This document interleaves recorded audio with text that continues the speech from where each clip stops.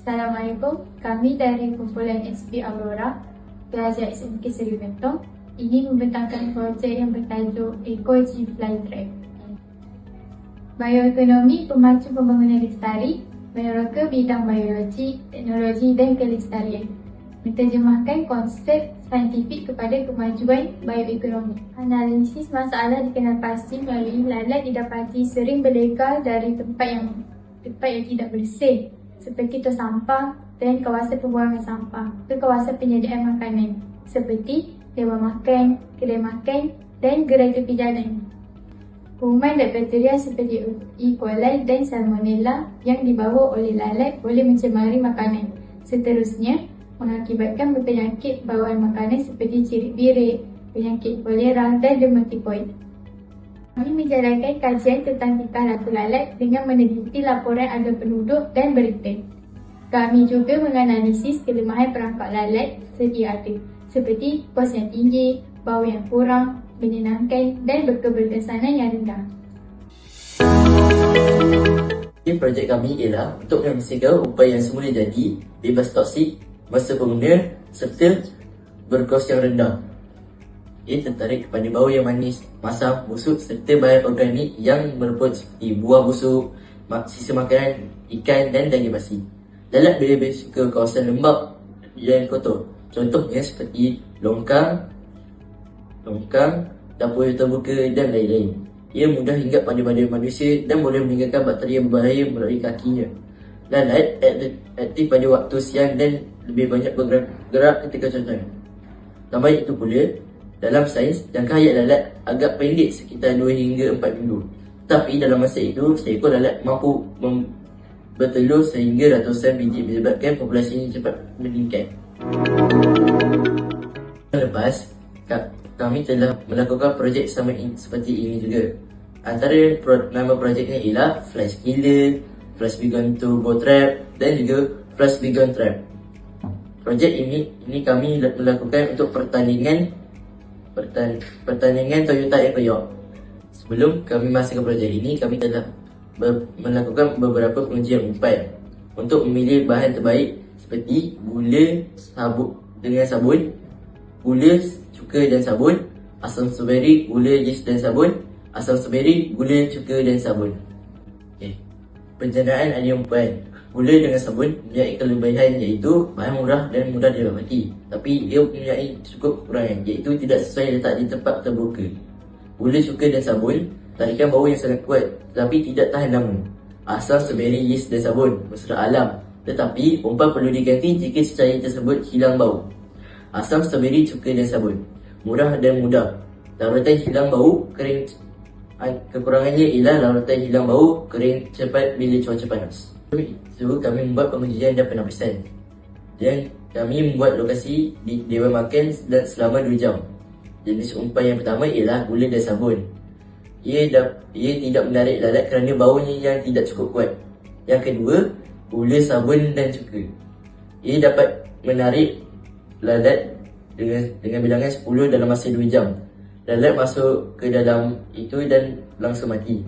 Yang ketiga, asam strawberry, yeast dan sabun. Bilangan lalat yang kami dapat tangkap ialah 4. Seterusnya, asam strawberry, cuka, sabun. Bilangan lalat yang tertangkap ialah 2 kerana baunya yang tidak cukup kuat. Di akhir ujian, kami memilih umpan gula, cuka dan sabun kerana ia cukup murah, mudah didapati dan keberkesanannya cukup tinggi daripada yang lain, serta ia juga mesra alam. Seterusnya, saya akan menerangkan proses peminaan projek kami. Kami menggunakan botol plastik terpakai, gunting, kita pelekat serta campuran umpan biologi daripada gula, cuka dan sabun pencuci pinggan. Cara pembinaannya mudah. Pertama, botol akan dipotong 2. Bahagian corong terbalik dalam bahagian bawah lalu diletakkan. Umpan biologi dituangkan ke dalam botol dan dipasang bersama lampu UV LED untuk menambahkan kesedaran. Proses pembinaan Eco-G Flytrap. Pada bahagian teknologi, kami menggunakan bahan seperti Raspberry Pi Pico, OLED display, wayar micro USB, wayar jumper, lampu UV berasaskan solar, pengatur caraan toni, serta bahan tambahan seperti kotak, double tape dan gam.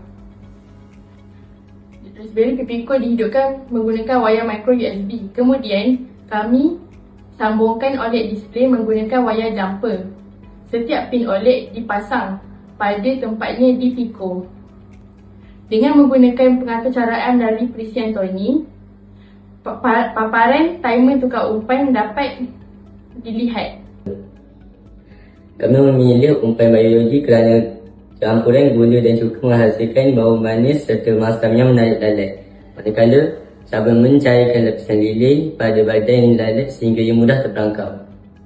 Bahan yang digunakan juga selamat dan mesra alam.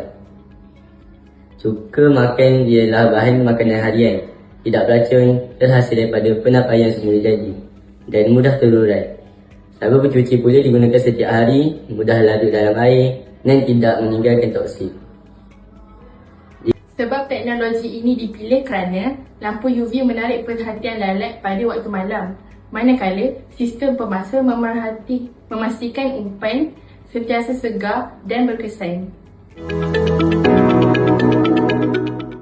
Jika dibandingkan dengan projek lama yang hanya menggunakan cahaya UV, projek baru ini lebih berkesan kerana menggabungkan umpan biologi dengan UV LED.